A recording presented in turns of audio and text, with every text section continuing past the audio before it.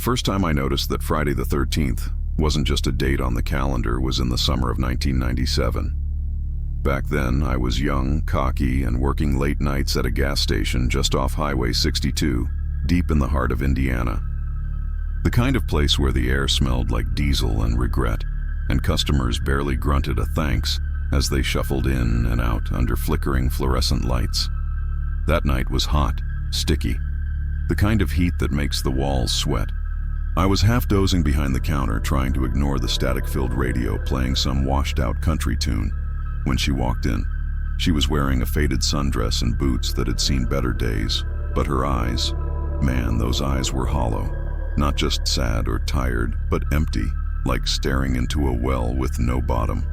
"Do you sell road maps?" she asked, her voice barely louder than a whisper. I nodded, gesturing toward the spinning rack by the door. She didn't move, just stood there, looking at me like she wasn't sure if I was real. "You okay?" I asked. She didn't answer, but her eyes darted toward the window. That's when I noticed it, an old Ford pickup parked under the lone street lamp. Its headlights were off, but the engine was still running. I think I'm being followed," she stammered. Before I could say a word, the bell above the door jingled, and in walked the driver. He was tall, wiry, with a face that looked like it had been carved from stone and left out in the rain too long. His boots thudded against the linoleum as he approached the counter. "Fill her up," he drawled, tossing a crumpled bill on the counter. His eyes never left her. The tension in the air was thick enough to choke on. I handed him his change, and he turned, slow and deliberate, heading back outside. I watched as he leaned against his truck, lighting a cigarette, his gaze fixed on the station. "You can stay here if you want," I offered. She shook her head. "He'll just wait. He always waits." I didn't ask what she meant by always. The fear in her voice told me everything I needed to know. That was the first Friday the 13th that stuck with me. The next one? That came years later, after I'd left Indiana behind and moved to a small town in Maine. By then, I'd landed a job as a night watchman at an old textile mill that had been converted into storage units. The building was a maze of narrow hallways, creaky stairs, and doors that never quite shut all the way. It was around 2 a.m. when I heard it, soft footsteps echoing down the hall. I grabbed my flashlight and followed the sound, my boots crunching against the dust-covered floor. At the end of the hall was a unit that hadn't been rented in years. The padlock was still intact, but the door was ajar, swinging gently on its hinges. "Hello?" I called out, my voice bouncing off the walls. No answer. I pushed the door open, shining my light inside. The air was thick, heavy, like stepping into a forgotten tomb. The room was empty except for a single chair sitting in the center. On it was an old, worn-out Polaroid photo. It was a picture of a family, parents and 2 kids, all smiling brightly. Except for one thing, their eyes were scratched out. By the time the third Friday the 13th rolled around, I had started to wonder if maybe, just maybe, these nights were more than coincidence. I was back in the Midwest, staying with a friend who lived near the woods. We'd spent the evening drinking beer on his porch, swapping stories, when the power went out. "Probably just a tree branch on the line," he said, grabbing a flashlight. But then we heard it, a low guttural growl coming from the tree line. "What the hell was that?" I whispered. Before he could answer, the growl turned into a roar, and something massive burst out of the woods. I didn't get a good look at it, just a blur of fur and teeth and eyes that glowed like embers. We ran inside, slamming the door and bolting it shut. The thing pounded against the walls, its claws scraping against the wood, until just before dawn, when it finally went silent. The next morning we found deep gouges in the porch and tracks in the dirt leading back into the woods. You might think I'm crazy, that I'm just some washed-up night owl with too many stories and not enough sleep. But let me ask you this. Have you ever looked at a calendar and felt your stomach drop when you saw that date? Because if you have, you'll know what I mean when I say this. Friday the 13th isn't just a day. It's a warning. A reminder that some nights the world tilts just a little off its axis, and the things we're too scared to believe in take their chance to step out of the shadows. So next time it rolls around, keep your lights on, lock your doors, and whatever you do, don't go looking for trouble, because chances are, trouble's already looking for you.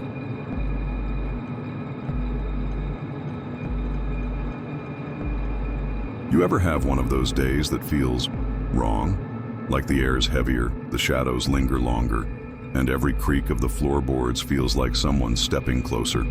For me, those days always fall on Friday the 13th. And yeah, I know what you're thinking. Superstition. But I'm telling you, some dates are cursed and I've got the scars to prove it.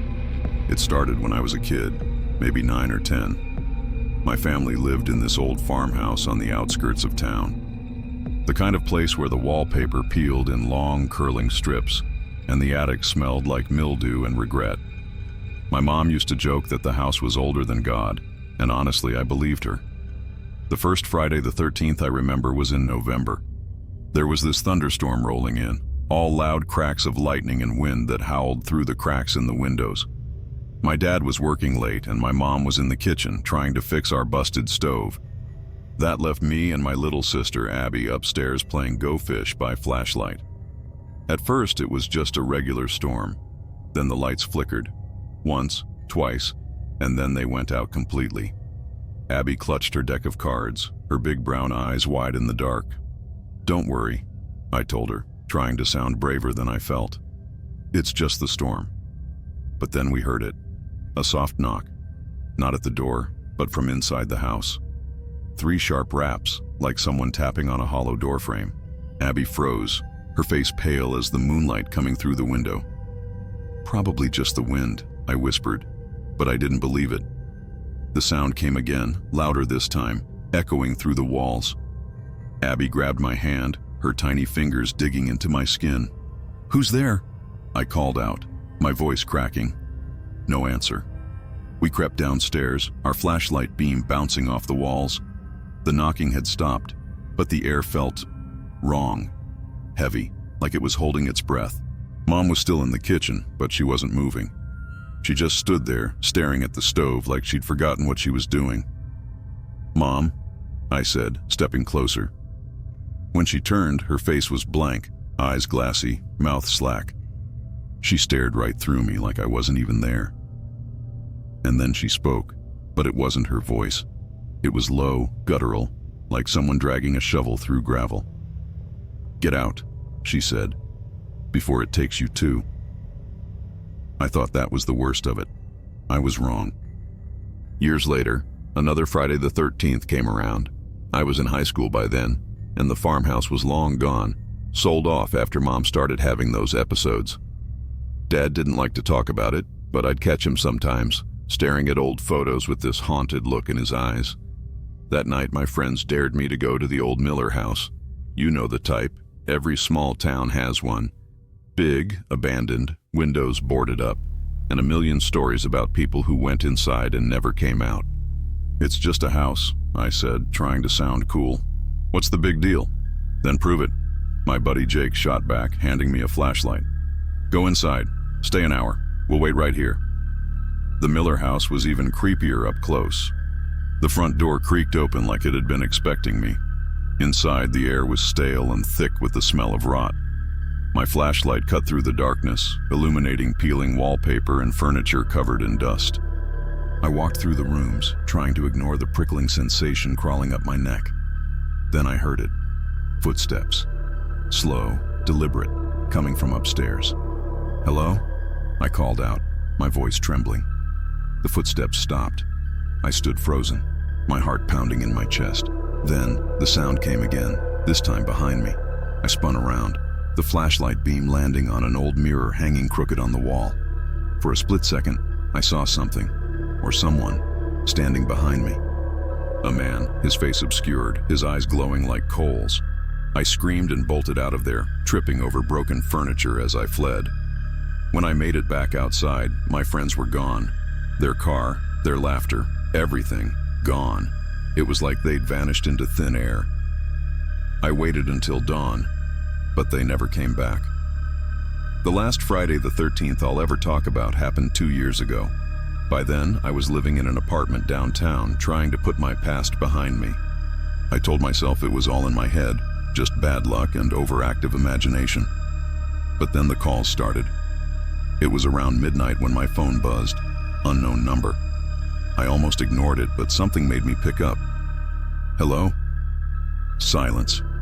Then faintly a whisper. It's coming. I hung up, my hands shaking. 5 minutes later, the phone buzzed again. Same number.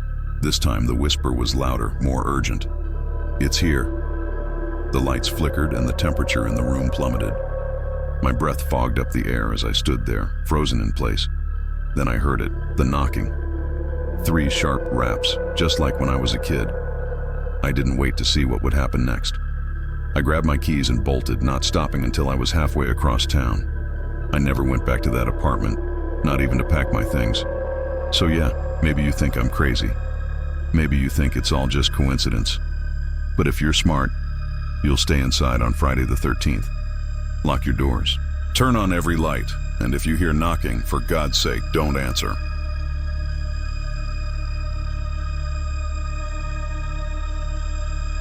There's something about Friday the 13th that always feels off, like the world's holding its breath, waiting for something terrible to happen. I never believed in any of that.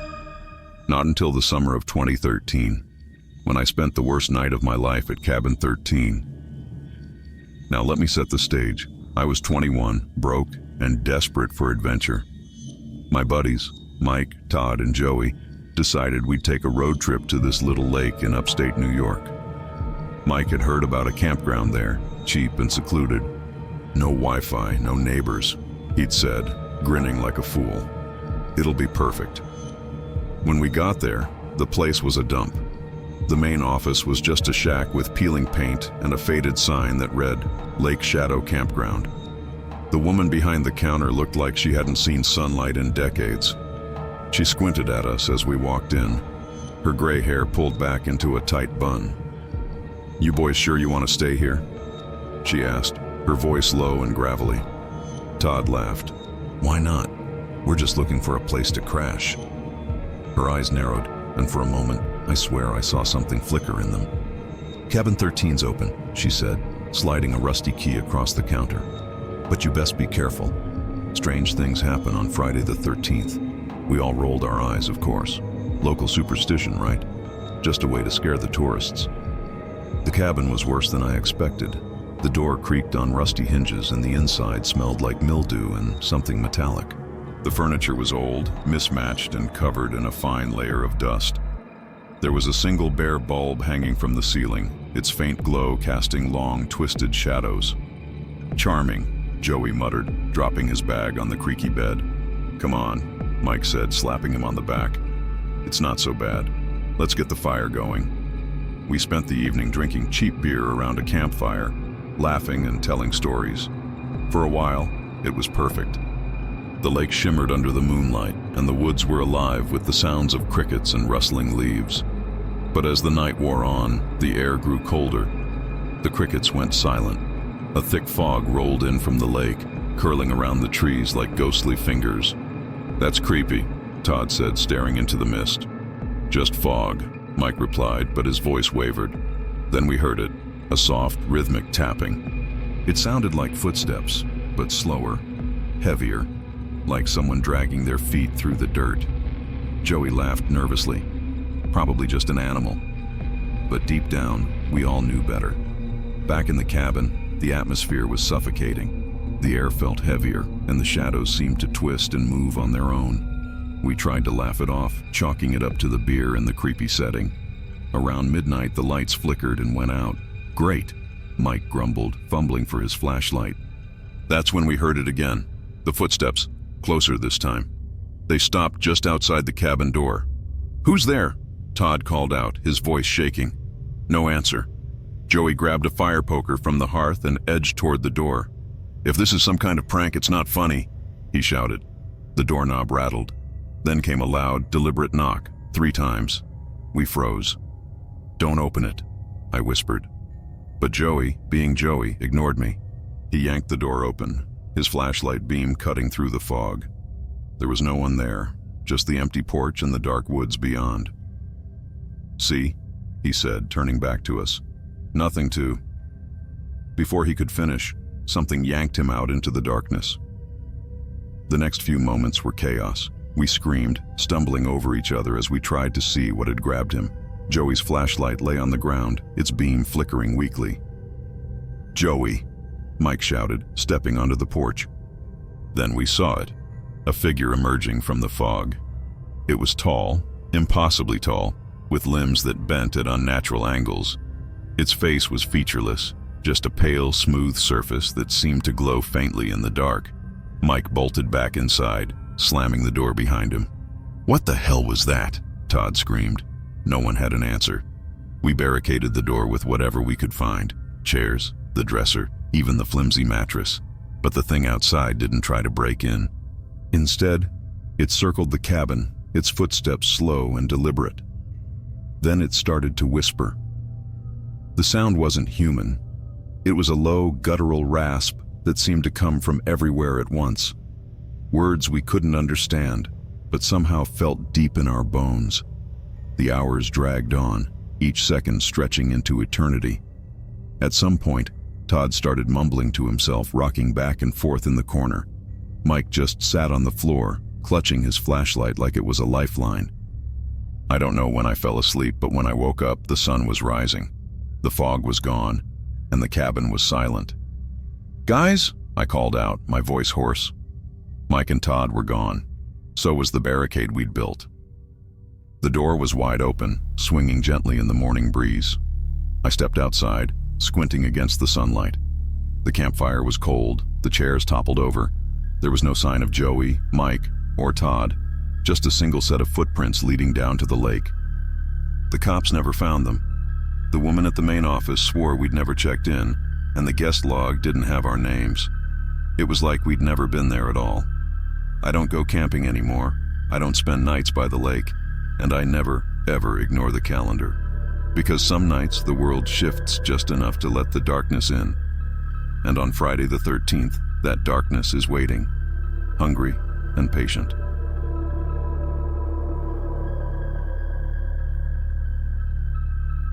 I never believed in curses or bad luck, not really. Friday the 13th was just another day on the calendar to me, but after what happened at Green Hollow High School, I'll never look at it the same way again. I was a junior back in 2011, and Green Hollow was like any other small-town school. Creaky lockers, overworked teachers, and rumors that spread faster than wildfire. The biggest rumor? Locker 313. It sat at the end of the east wing, just outside the old chemistry lab. Nobody used it. The lock was rusted shut, and the janitors claimed it hadn't been opened in decades. Kids said it was cursed. There were stories, lots of them, about people who tried to open it. There was Mark Sims, a senior back in 1992. He dared his friends to open 313 on a Friday the 13th. They found him 2 days later, curled up in the janitor's closet, muttering nonsense about something watching him. Then there was Emma Carter, class of '78.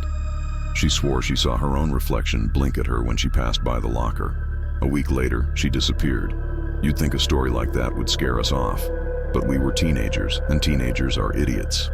It was October, Friday the 13th, when Danny Morris came up with the bright idea. "Let's open it," he said, leaning against my locker with that cocky grin of his. Danny was the kind of guy who thrived on attention. "We'll film it, post it online, instant legend status."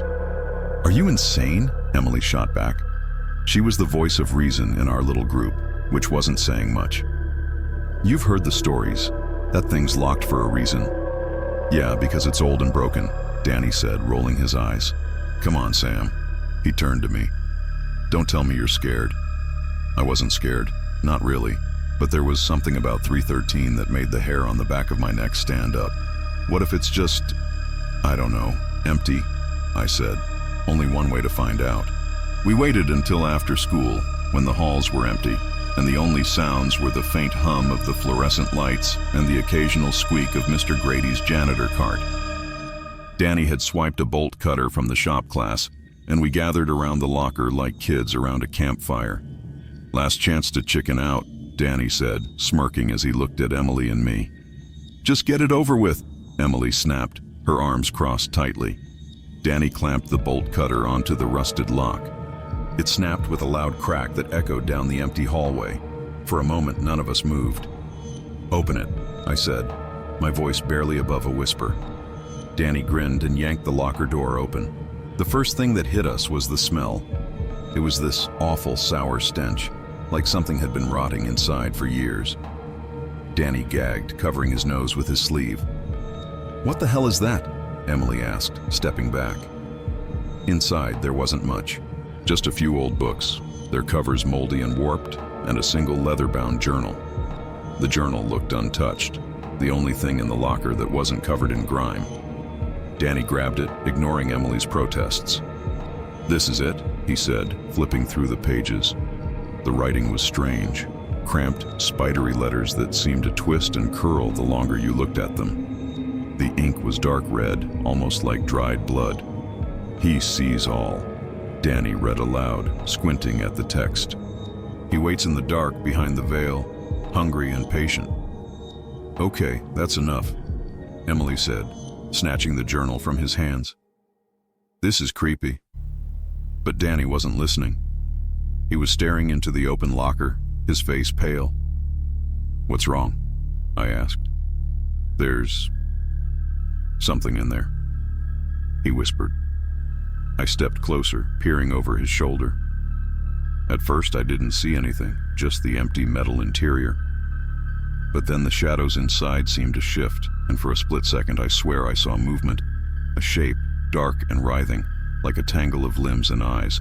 "Shut it," I said, my voice shaking. Danny slammed the door shut, but it didn't feel like it helped. The air in the hallway was heavy now, thick with a tension that pressed down on my chest. "Let's get out of here," Emily said, already heading for the exit. But as we turned to leave, we heard it. A low, scraping sound, like nails dragging across metal. We froze. The sound was coming from inside the locker. Probably just the door settling, Danny said, though he didn't sound convinced. The scraping grew louder, more insistent. Then it stopped, and the locker door creaked open. We ran. I don't even remember how we got out of there, just that we didn't stop until we were outside, gasping for breath under the flickering streetlights. "We're cursed," Emily said, pacing back and forth. "This is just like the stories. We shouldn't have opened it." "Relax," Danny said, though he couldn't stop glancing over his shoulder. "It's just a stupid locker. Nothing's gonna happen." But things did happen. That night, Danny called me, his voice shaking. "There's someone outside my window," he said. I drove over, but when I got there, Danny was gone. His room was empty, his bed sheets twisted like he'd been dragged out of them. The only sign of him was his phone, lying on the floor, still connected to my call. Emily disappeared 2 days later. She'd been walking home from her part-time job when her parents said she just vanished. Her phone was found in the middle of the street, screen cracked. I'm the only one left. And every night since then I've felt it, something watching me. I see shadows move where there shouldn't be any, hear whispers when I'm alone. Last night I found a single piece of paper slid under my door. It was a page from the journal, the words scrawled in that same dark red ink. "He waits for you. Friday the 13th is coming. So if you ever hear about a cursed locker or some stupid dare that seems too creepy to be true, do yourself a favor. Don't mess with it. Some doors aren't meant to be opened, and some things never stop watching."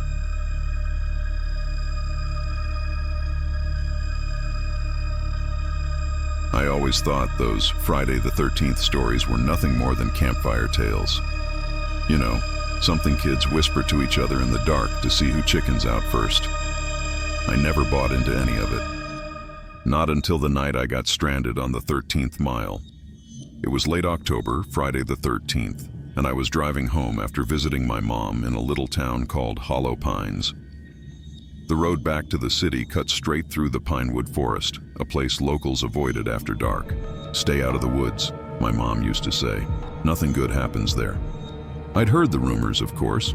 Stories about hitchhikers who vanished, shadowy figures that chased cars, and even one about a car that broke down on the infamous 13th mile, leaving the driver to face something unnatural. I laughed it off. Superstitions and tall tales. That's all they were. But that night, as I drove down the narrow 2-lane highway, my car's engine sputtered and died. I cursed under my breath, pulling over to the side of the road. The engine made a pathetic clicking noise when I tried to restart it. Nothing. My phone was worse, dead as a doornail. I hadn't charged it, and out here there was no reception anyway. The forest around me was quiet, too quiet. No crickets, no rustling leaves. Just this heavy silence that pressed against my ears. I grabbed a flashlight from the glove compartment and stepped out. The air was cold, the kind of cold that seeps into your bones. The mile marker stood a few feet ahead, illuminated by my flashlight. 13. Great, I muttered. Perfect night for a cliché. I popped the hood and stared at the engine like I had any idea what I was doing. That's when I heard it, a soft, rhythmic crunching sound, like footsteps on gravel. "Hello?" I called out, my voice too loud in the stillness. The footsteps stopped. I told myself it was probably just an animal, a deer or a raccoon. But my gut told me otherwise. I scanned the darkness with my flashlight, the beam slicing through the thick fog that had started to roll in. That's when I saw it. A figure stood just beyond the edge of the trees, tall and motionless. Its face, or what I thought was its face, was pale, almost glowing in the dark. "Hey!" I shouted, trying to sound braver than I felt. "I need some help. My car broke down." The figure didn't move. My chest tightened as I took a step back toward the car. The figure took a step forward, its movement slow and deliberate. "Nope," I whispered, slamming the hood shut and scrambling back into the driver's seat. I locked the doors and gripped the steering wheel, my breath fogging up the windshield. The figure was closer now, standing in the middle of the road. Its face. It wasn't a face, just a blank, featureless surface, smooth and white like polished bone. I don't know how long I sat there staring at it. Minutes? Hours? Time didn't seem to matter anymore. The fog thickened, swallowing the figure until I could barely see it. Then the knocking started. It was soft at first, like someone tapping on the passenger side window. "Go away," I whispered, my voice trembling. The knocking grew louder, more insistent, like whatever was out there wanted in. "Leave me alone," I screamed, slamming my hands on the steering wheel. The knocking stopped. For a moment, the silence was worse. I glanced at the window, half expecting to see that faceless figure staring back at me, but there was nothing. Then, from the back seat, I heard a voice, a low, raspy whisper that sent chills down my spine. "You shouldn't have stopped." I whipped around, the flashlight trembling in my hand.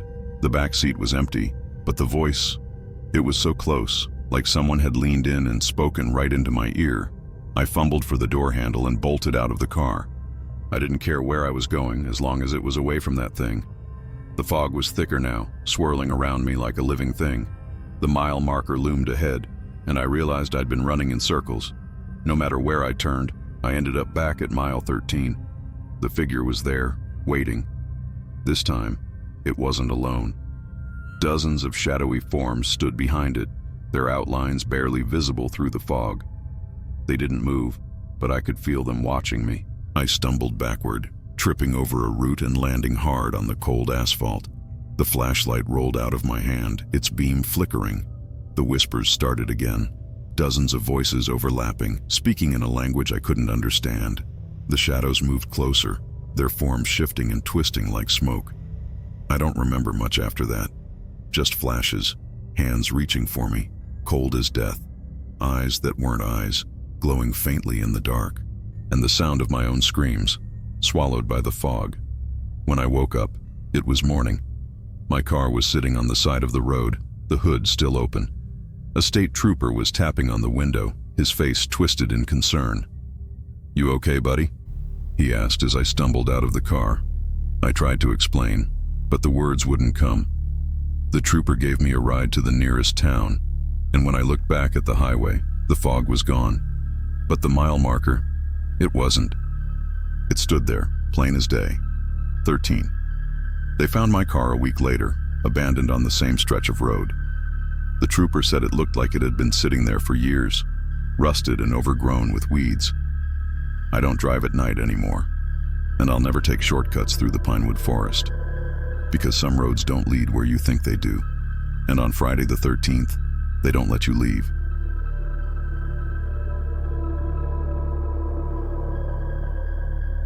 You never think it'll happen to you. That's what everyone says, right? Bad things always happen to other people. You're invincible until you're not. That's the kind of arrogance that brought me, my boyfriend Kyle, and our friends Mia and Trevor to the cabin that Friday. It wasn't just any Friday. It was Friday the 13th. We thought we were clever, renting out a little spot deep in the Maine woods on the unluckiest day of the year. "Let's tempt fate," Kyle had said with a grin, waving the Airbnb listing like it was a winning lottery ticket. Looking back, I should have stopped him. I should have told him to shove that stupid cabin idea right back into the black hole he found it in. The place wasn't creepy at first. In fact, it was kind of charming. A rustic log cabin with a porch swing and a fireplace. It was set just off an old dirt road, surrounded by towering pines. There wasn't another house for miles. The owner had left a handwritten note on the kitchen counter. "Welcome, make yourselves at home, but please don't touch the old mirror in the basement. It's fragile and irreplaceable." Trevor read it aloud, smirking. "Don't touch the creepy mirror? Sounds like an invitation." "Don't even think about it," Mia said, swatting his arm. She was always the sensible one. But Kyle? He was already making plans. The first few hours were fine. We drank too much wine, played cards, and roasted marshmallows in the fireplace. Around 10 p.m., the power went out. "Perfect timing," Trevor said, lighting a candle. "Let's tell ghost stories." We laughed nervously, but deep down, I think we all felt it. The kind of chill that has nothing to do with the temperature.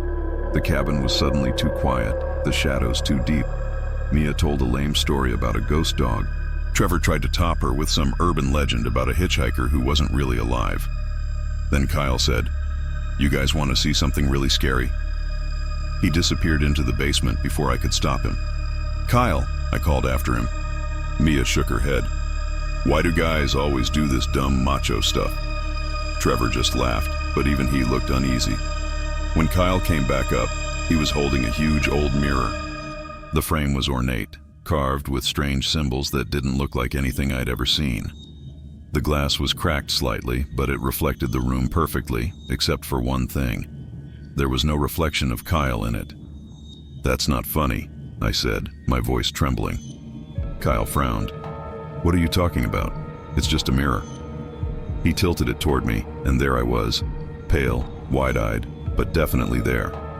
I felt a cold sweat break out on my back. "Put it back," I said. "Come on, Liv. It's just a joke." But it wasn't. The first sign was the tapping. It started about an hour later, a soft rhythmic sound coming from the walls. Mia said it was probably squirrels. Trevor joked that it was forest ghosts. But the look on Kyle's face told me he didn't think it was funny anymore. At midnight, the tapping stopped. That's when the voices started. They were faint at first, just a whisper, like someone was having a conversation right outside. But when we opened the door, there was nothing, just the cold night and the swaying trees. "Guys, maybe we should leave," Mia said. "Leave and drive through the woods in the dark?" Trevor scoffed, but even he looked scared now. The mirror was still in the living room, leaning against the wall. None of us wanted to touch it, but we couldn't stop staring at it. That's when we saw them. At first, it was just a shadow in the reflection, something moving behind us. But when we turned around, the room was empty. Then the shadows became shapes. People. No, not people. Figures, hunched and twisted, their faces hidden in darkness. Kyle grabbed my hand. "We need to get out of here. Now." We didn't argue. Trevor and Mia were already at the door, fumbling with the lock, but it wouldn't budge. "It's stuck!" Trevor shouted, his voice cracking. The lights flickered, even though the power was out. The shadows in the mirror were moving now, growing larger, pressing against the glass as if trying to break through. And then the whispering stopped. It was replaced by a single guttural voice. "Stay." The glass shattered. I don't remember much after that, just screams, a blinding light, and the sound of splintering wood. When I woke up, it was morning. The cabin was gone, burned to the ground. The others were gone too.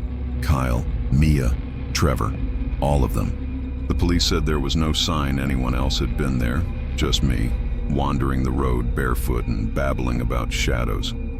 They found the mirror though, or what was left of it. It's in an evidence locker somewhere, cracked and blackened. They don't know what to make of it. And me? I don't stay in cabins anymore. I don't drive through the woods, and I sure as hell don't tempt fate on Friday the 13th.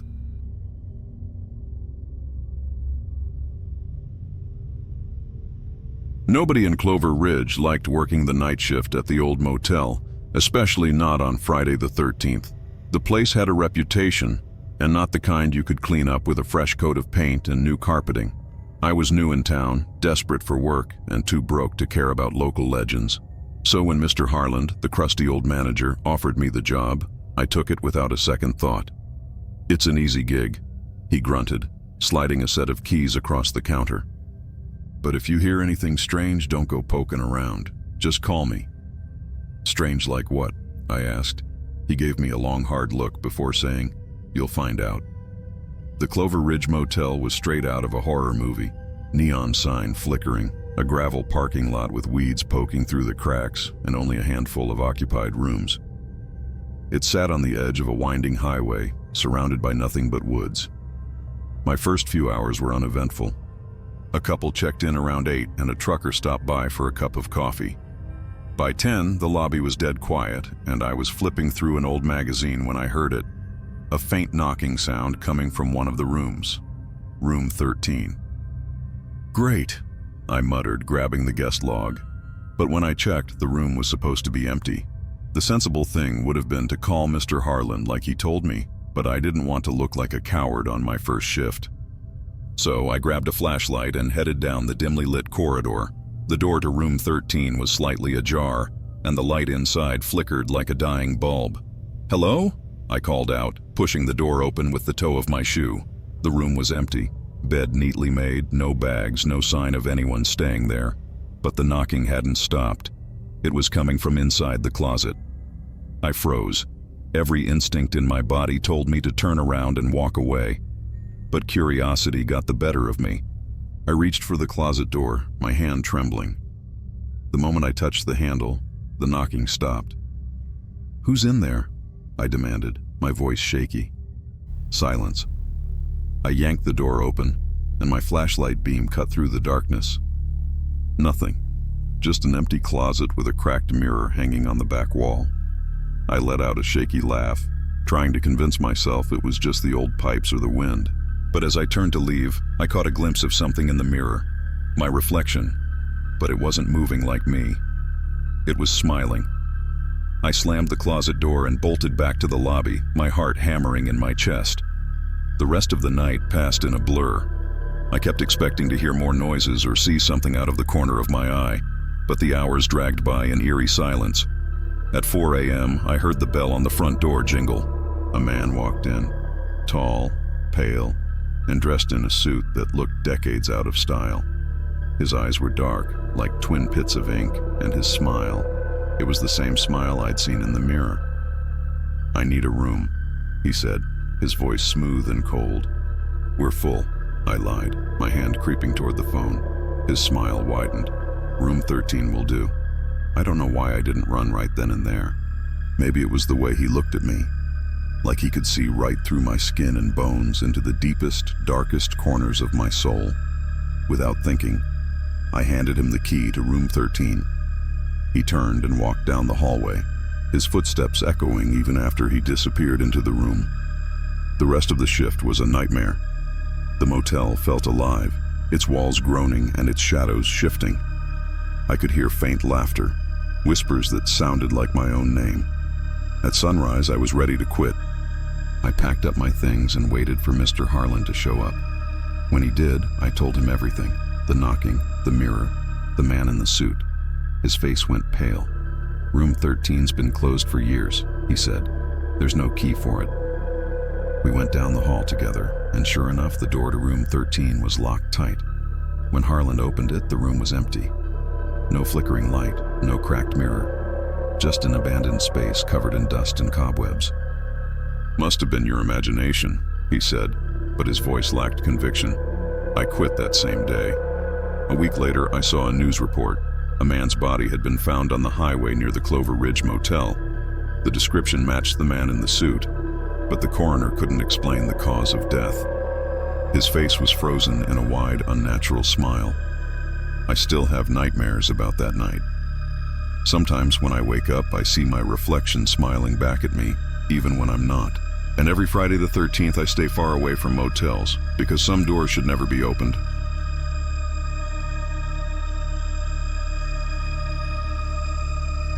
They always said Black Hollow Creek wasn't a place for the living, and I never really understood what that meant until I spent the worst Friday the 13th of my life there. Growing up in Marlow, a tiny blip of a town in the middle of nowhere, Black Hollow was more legend than reality. It was the kind of place parents warned their kids about, a stretch of woods where bad things happened to anyone stupid enough to venture too far. Of course, being 17 and full of dumb bravado, my friends and I didn't listen. "Come on, it'll be fun," Robbie had said, tossing a flashlight into his backpack. He was the ringleader of our little group, always up for something reckless. "I don't know, man," Nate replied, chewing his lip like he always did when he was nervous. "People say weird stuff happens out there, like people disappearing and animals showing up skinned. You really want to mess with that?" "That's just BS to keep kids out of the woods," Sarah chimed in, rolling her eyes. She was the tough one, never backing down from a challenge. "It's Friday the 13th, let's make some memories." And like an idiot, I said yes. The plan was simple: hike out to the old stone bridge that crossed Black Hollow Creek, take some spooky pictures for Instagram, and then head back before midnight. Easy enough, right? The first couple of hours were fine. The moon was bright, casting a silver glow over the trees, and the air was cool, but not cold. Robbie told ghost stories as we walked, and Sarah laughed every time Nate jumped at a snapping twig. But as we got closer to the bridge, the woods got strange. The trees were taller, their branches gnarled like skeletal fingers. The air felt heavy, like it was pressing down on us. And then there were the sounds, whispers, faint and indistinct, coming from every direction. "Did you hear that?" Nate asked, stopping in his tracks. "Hear what?" Sarah replied, but her voice had lost its bravado. "The whispering," I said, my stomach nodding. It's following us." We reached the bridge just before midnight. It was ancient, its stones covered in moss and strange carvings that didn't look like any language I'd ever seen. The creek below was black as ink, reflecting the moonlight like a mirror. "All right, we're here," Robbie said, pulling out his phone. "Let's get some pics and call it a night." But as we posed for the camera, something felt wrong. The air was too still, the forest too quiet, and then I saw it, a figure standing on the other side of the bridge, just barely visible in the shadows. "Who's that?" I whispered. No one answered. The figure stepped into the moonlight and my breath caught in my throat. It was a man, or at least it looked like one. His skin was pale, almost translucent, and his eyes, they were empty, hollow. He raised a hand and pointed at us, his mouth twisting into a smile that didn't reach his eyes. "Run," Nate whispered, but none of us moved. The man took a step forward, and that's when the screaming started. Not from him, from the woods. It was a chorus of voices, high-pitched and wailing, coming from everywhere and nowhere at once. Robbie dropped his phone and bolted, and the rest of us followed. We ran back the way we came, but the forest didn't look the same. The trees seemed closer together, their branches clawing at us as we passed. I could still hear the screams, but they were getting drowned out by something worse. Laughter. Deep, guttural laughter that made my blood run cold. We kept running until we couldn't anymore, collapsing in a small clearing. "Where's Robbie?" Sarah gasped, looking around. He wasn't with us. We tried to call his name, but the words seemed to die in the air. The whispers were back, louder now, almost like they were mocking us. "We have to keep moving," Nate said, his voice shaking. But before we could, we heard a rustling in the bushes. "Robbie?" Sarah called out, hope flickering in her voice. The figure that stepped into the clearing wasn't Robbie. It was the man from the bridge. Only now his hollow eyes weren't empty. They were filled with something dark, something alive. We scattered, each of us running in a different direction. I don't know how long I ran, but eventually, I found myself back at the bridge. The carvings on the stones seemed to glow in the moonlight, and the whispers were deafening now, swirling around me like a storm. And then I saw him again, standing in the middle of the bridge. "Why are you doing this?" I shouted, tears streaming down my face. His smile widened. "It's the price," he said, his voice echoing in my head. "The toll must be paid." When I woke up, it was morning. I was lying on the side of the highway, covered in scratches and dirt. A passing trucker stopped and called the cops, but when they searched the woods, they didn't find any sign of Robbie, Sarah, or Nate. The police said they probably ran off or got lost, but I knew better. I still hear the whispers sometimes, late at night when I'm alone, and every Friday the 13th, I see his face in my dreams, smiling that hollow smile. The toll must be paid.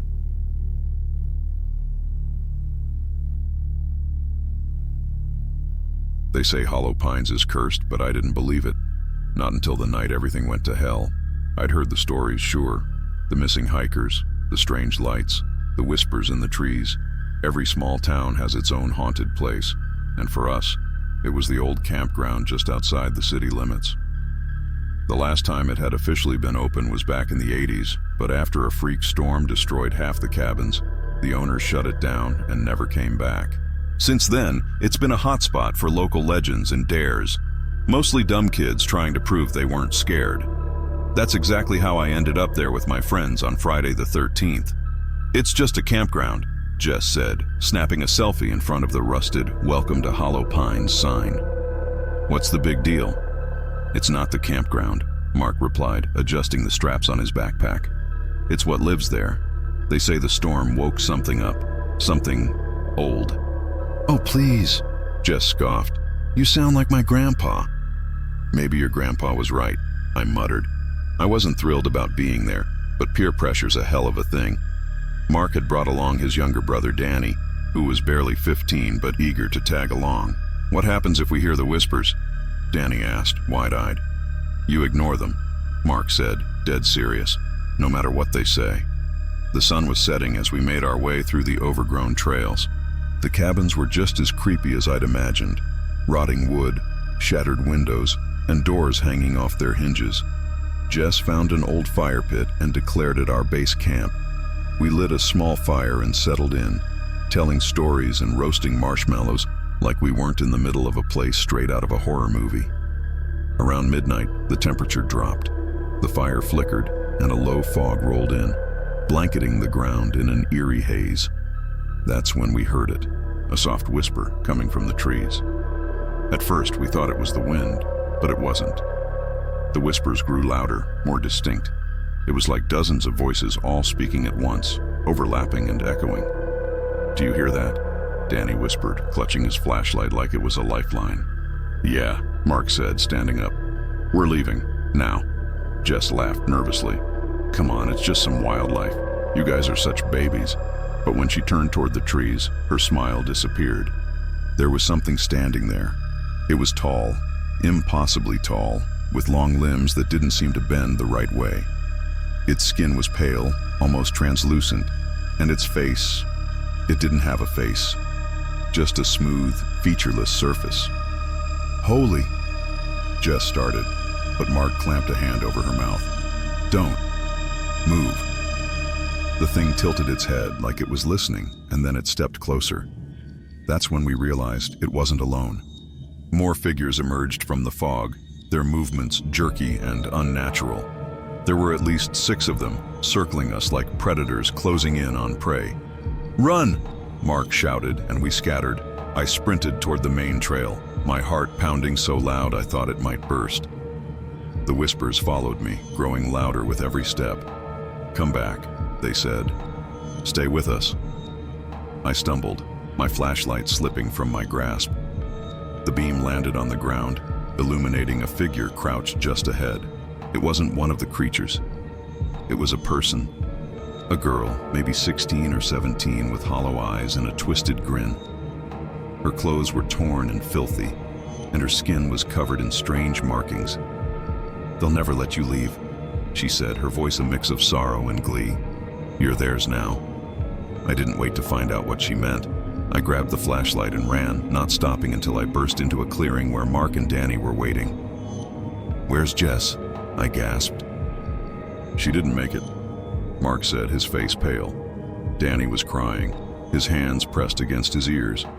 The whispers, they won't stop.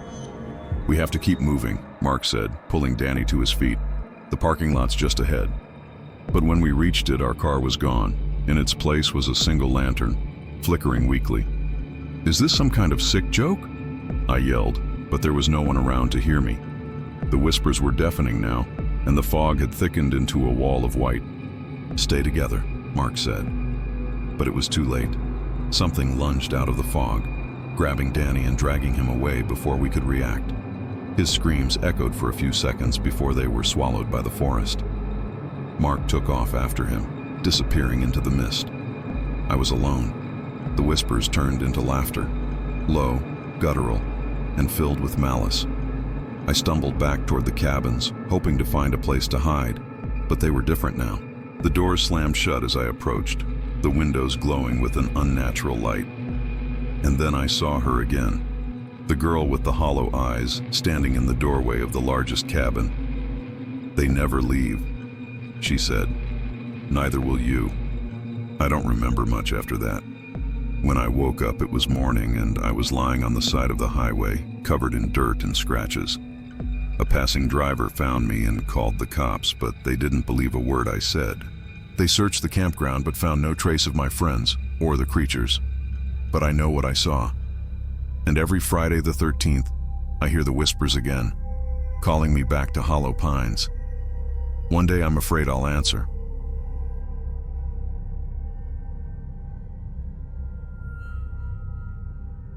If you're ever driving through Route 56 near Dry Creek, Texas, and see a sign for the Dead Oaks Motel, keep driving. Don't stop. Don't look. And for the love of God, don't check in. I didn't know any of this when I booked a room there on Friday the 13th. The plan was simple: drive from Austin to El Paso, crash at the cheapest motel I could find, and finish the trip the next morning. I wasn't expecting luxury. I just wanted a bed that didn't smell like old feet. When my GPS suggested Dead Oaks, I should have known something was off. The motel didn't appear until I was practically in front of it, like it materialized out of nowhere. The neon sign buzzed and flickered, casting an eerie green glow. Vacancy blinked, as if it was daring me to step inside. I should have turned around. I should have slept in my car. But I didn't. The lobby smelled like mildew and something faintly metallic. A bored-looking guy in a stained shirt sat behind the counter, scrolling on his phone. He barely looked up when I walked in. Single or double? He asked. Single. That'll be $40. I handed him cash and he slid me a rusty key. Room 7. Checkout's at 9. Don't lose the key. The key felt heavier than it should have, the metal cold and damp, like it had been left in a freezer. Rough night? I joked, trying to lighten the mood. The guy didn't answer. He just stared at me, his eyes glassy and unfocused. I shrugged it off and headed to my room. Room 7 was functional, I guess. The bed looked like it hadn't been made since the Reagan administration. The carpet was stained with what I prayed was coffee. But the real kicker was the smell. It was faint at first, like something rotting. I tried to ignore it, blaming it on the ancient plumbing or maybe a dead rodent in the walls. I set my bag down and tried to connect to the motel's Wi-Fi. But of course it didn't work. My phone barely had a signal either. That's when I noticed the first weird thing. There was a mirror above the dresser, standard motel decor. But in the reflection, the bed looked wrong. The covers were neatly tucked, the pillows fluffed, like it had just been made. I turned around. The bed was still a mess. I laughed nervously, chalking it up to exhaustion. But the unease stuck with me. Around midnight, I heard it. At first, it was a soft tapping, like fingers drumming against glass. I froze, straining to hear. The tapping grew louder, more insistent. It was coming from the bathroom. "Hello?" I called out, my voice shaking. No answer. I grabbed my phone and turned on the flashlight, creeping toward the bathroom door. The tapping stopped. Slowly, I pushed the door open. Nothing. The mirror above the sink was cracked, spiderweb fractures spreading from the center. But what really sent chills down my spine was the writing. "Get out." The words were scrawled backward, like someone had written them from the inside of the mirror. I stumbled back into the room, my heart racing. The bed was made now, neat and pristine, just like in the mirror.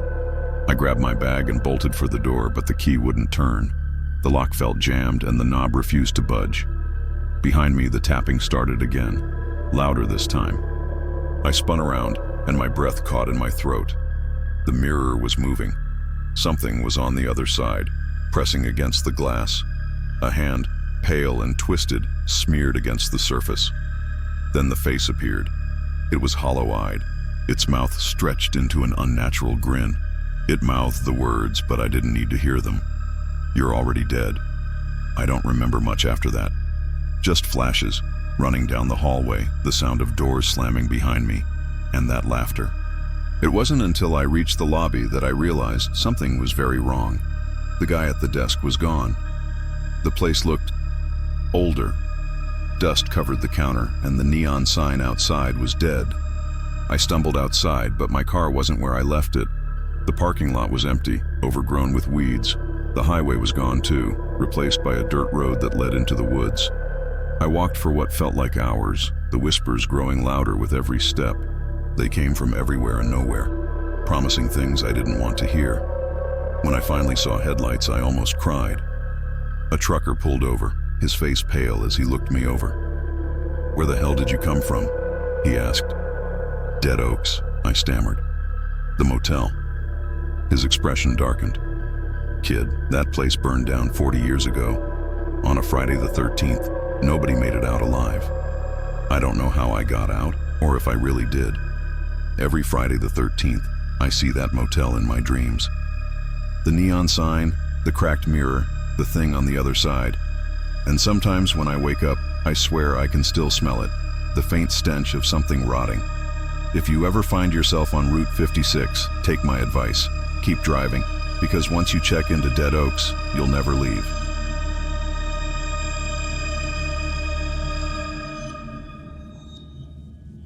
It was a night like any other, except it wasn't. Friday the 13th had always been an unlucky day, but this one felt different. Something about the air, the way it hung heavy with a sense of dread, told me that tonight would be the night when everything would change.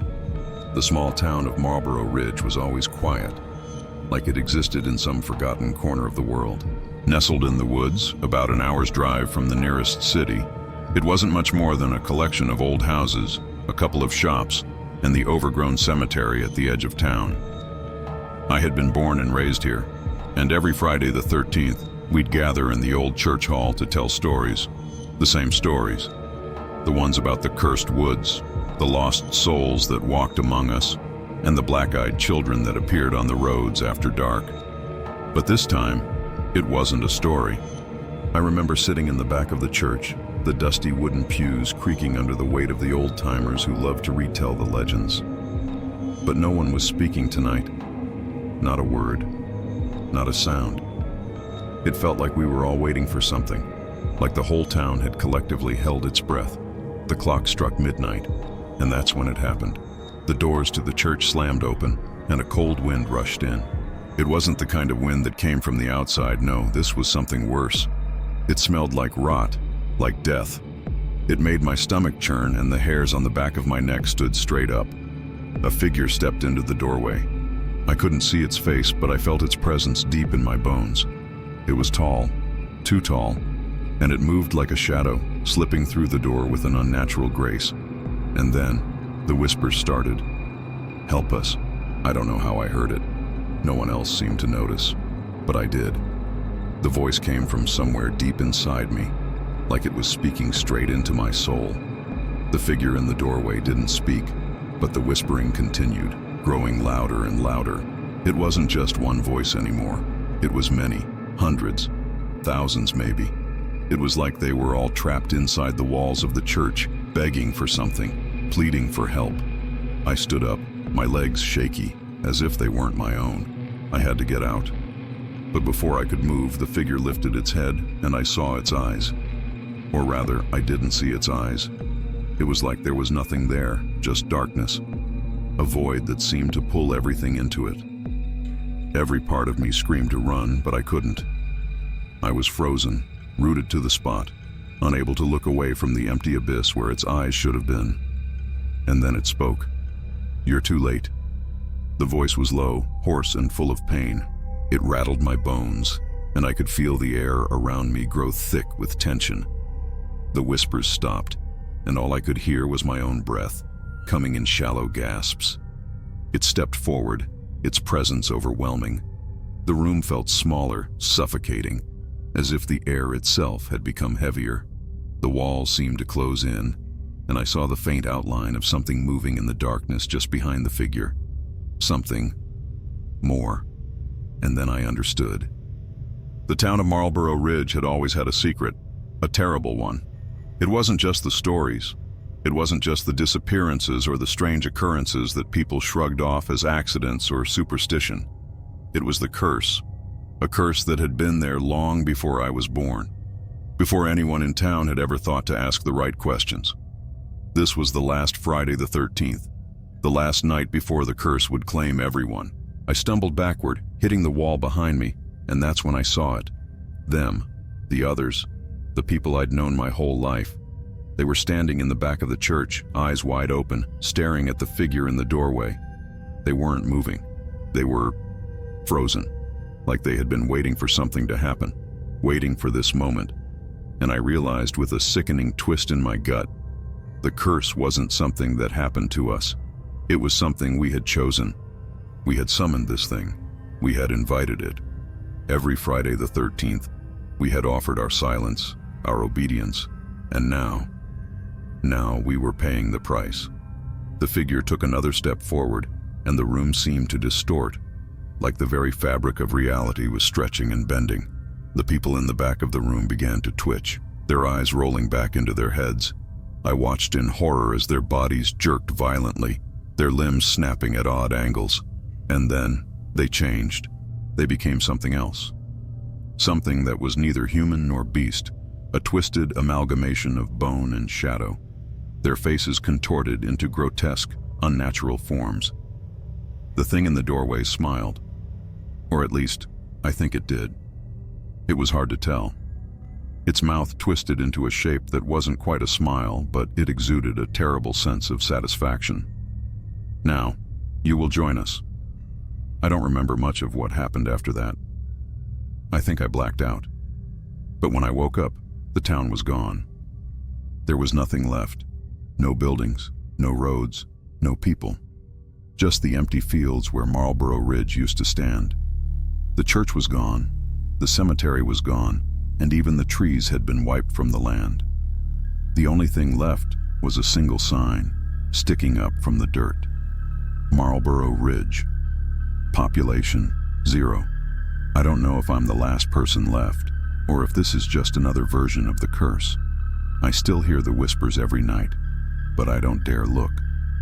I learned the hard way that some doors should never be opened, some things should never be called, and no matter how far I run, I can feel it watching me. The last Friday the 13th is never over.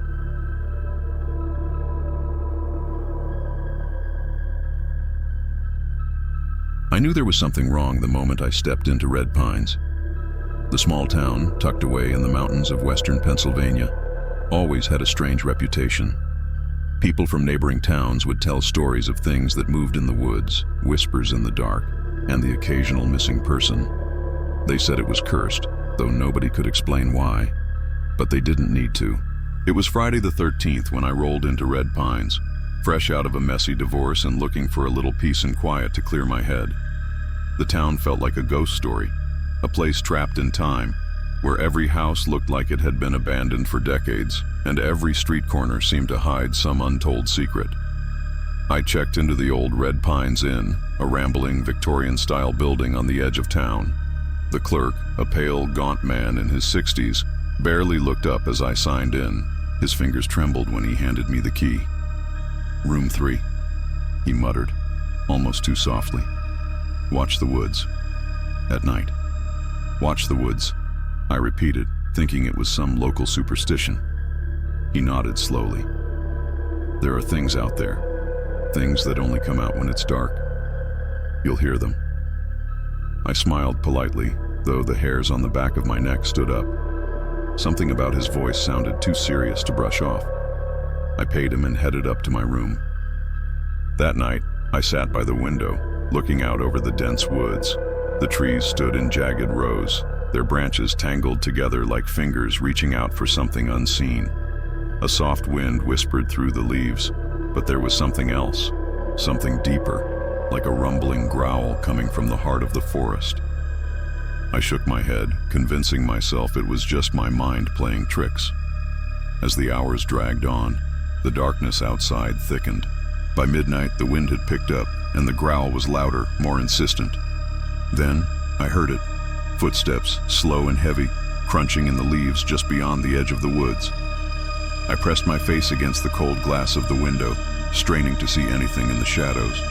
But the night was pitch black, save for the occasional flicker of moonlight through the trees. The footsteps grew closer, echoing in the silent night. My heart pounded in my chest. It wasn't an animal. It was too heavy for that, too deliberate. I turned away from the window, my legs shaking. I shouldn't have come here. I should have listened to my gut and kept driving. Then came the knock. At first, it was soft, just a faint tapping on the door. But it didn't stop. It kept going, faster now, like someone, or something, was desperate to get in. I froze. The air in the room grew cold, and I could feel my breath coming out in quick, shallow bursts. Another knock. This one harder, more urgent. I stood there, rooted to the spot. I don't know why I didn't call the police or run downstairs to the front desk. Instead, I walked toward the door, my hand trembling as I reached for the doorknob. I opened it slowly, just a crack. The hallway outside was empty, but the temperature dropped even further. My breath puffed out in a mist, but then I saw something in the corner of my eye, a figure standing at the end of the hall, barely visible in the shadows. I tried to speak, but my throat was dry. My voice came out in a whisper. "Who's there?" There was no answer, but I saw the figure move. It was tall, its body long and stretched, like it was too tall for its own skin. The figure stepped closer, its movements jerky, as if it didn't quite know how to walk. Its face, I couldn't see it. It was hidden in darkness, just out of reach of the moonlight. But I could feel it, feel the weight of its gaze on me. I slammed the door shut and backed away, my mind racing. What was that? Was it a person? A creature? The knock came again. This time, I didn't hesitate. I grabbed my things and rushed out of the room. I ran down the stairs, past the silent lobby, and out the front door of the inn. The cold air hit me like a slap in the face, and I immediately regretted not grabbing my jacket. The moon was high in the sky now, casting a pale silver light over the woods. I stepped onto the porch, my eyes darting around. Nothing. The woods were still and silent, but I could feel something moving out there, something watching. And then, in the distance, I saw it. A figure walking between the trees. It was tall, its limbs unnaturally long, its body swaying with every step. The figure didn't look human. Its shape was distorted, like it was made of shadow and smoke. It didn't make a sound as it moved, but the air around it felt thick, charged. I wanted to run, but I couldn't move. My feet were glued to the ground, my body frozen in terror. The figure stopped at the edge of the woods, staring at me. I could feel its gaze like ice crawling up my spine. Then, in a voice that sounded like it came from all directions, it whispered, "You shouldn't have come." I don't know how long I stood there staring into the dark. It could have been minutes, hours, or days. Time felt like it had stopped. But finally, the figure turned and walked back into the woods, disappearing into the shadows. I didn't waste any time. I ran back into the inn, locking the door behind me. I found the old clerk at the front desk, still staring blankly at the wall. "Do you know what I saw out there?" I asked, my voice shaking. He didn't look at me. Instead, he said in a hollow voice, "It always comes on Friday the 13th. You're not the first to see it. And you won't be the last." He didn't say anything more, and I didn't ask. I grabbed my things and left. But as I drove away, the one thing I couldn't shake was the thought that followed me all the way to the highway. That wasn't the last time I'd see it, because in Red Pines, the shadows never go away. They just wait.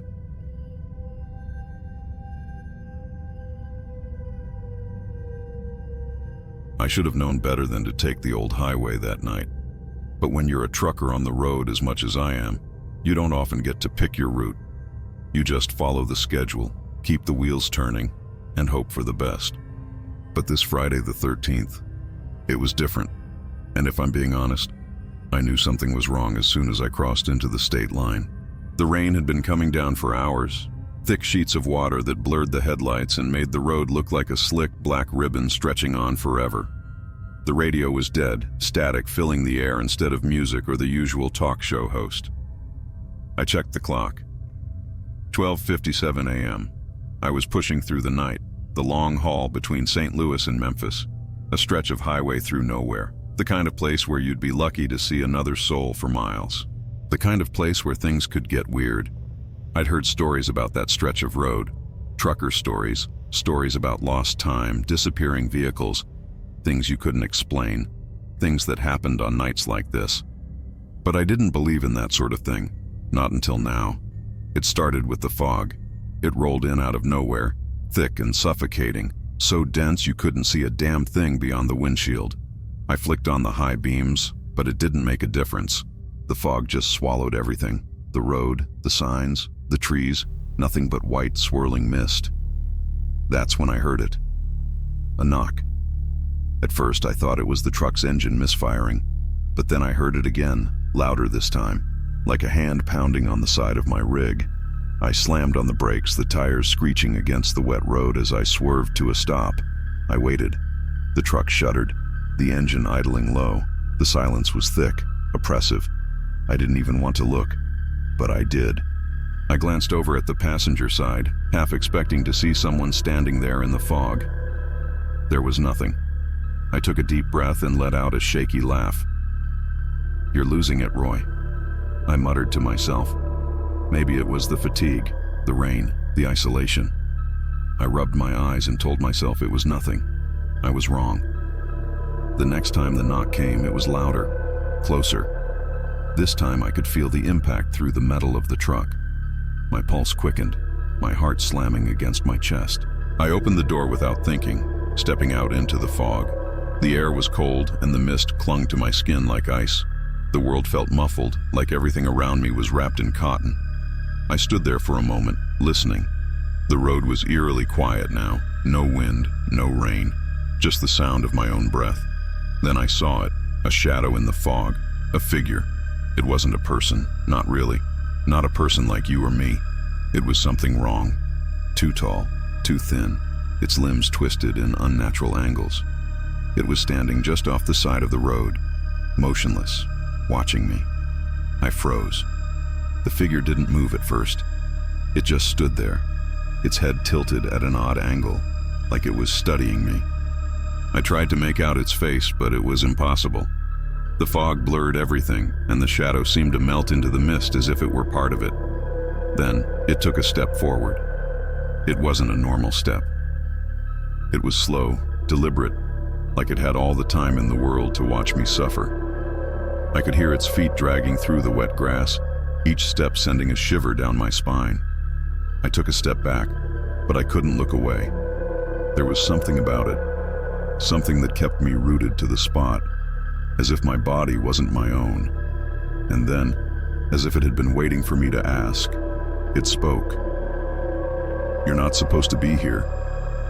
The voice wasn't human. It was a growl, like something deep and ancient, a voice from somewhere beyond the grave. I opened my mouth to respond, but no words came out. My throat was dry, my tongue thick with fear. The figure stepped closer, its presence suffocating. I could feel the air around me grow colder, heavier, as if the night itself were pressing in on me. "You're already too late," the voice rasped. I felt it then, the weight of time. The realization hit me like a ton of bricks. This wasn't just any night. It was Friday the 13th, The 13th hour. The figure moved again, its long arms reaching out toward me. I stumbled back, heart pounding in my chest, but the fog closed in on me.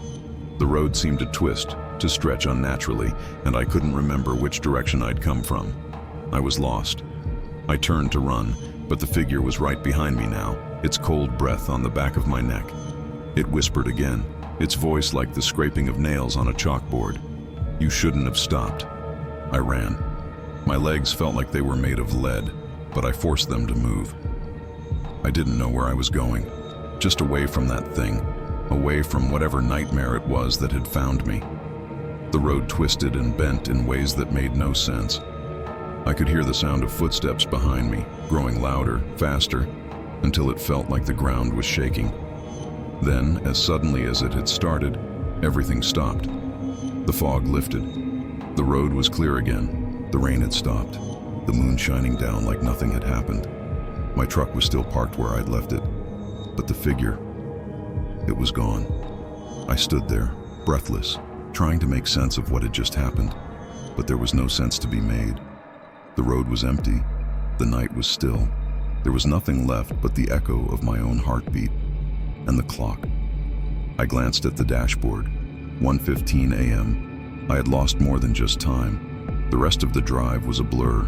I didn't stop again, not even for gas. I didn't talk to anyone. I didn't even want to think about what happened. But I'll tell you this, I never took that highway again. And I never drove on another Friday the 13th, because some things, once you see them, never let go. Some things follow you. And I knew, deep down, that whatever had been out there, in that fog, was still watching me. It would always be watching me. That's the curse of the 13th hour. You never get to leave.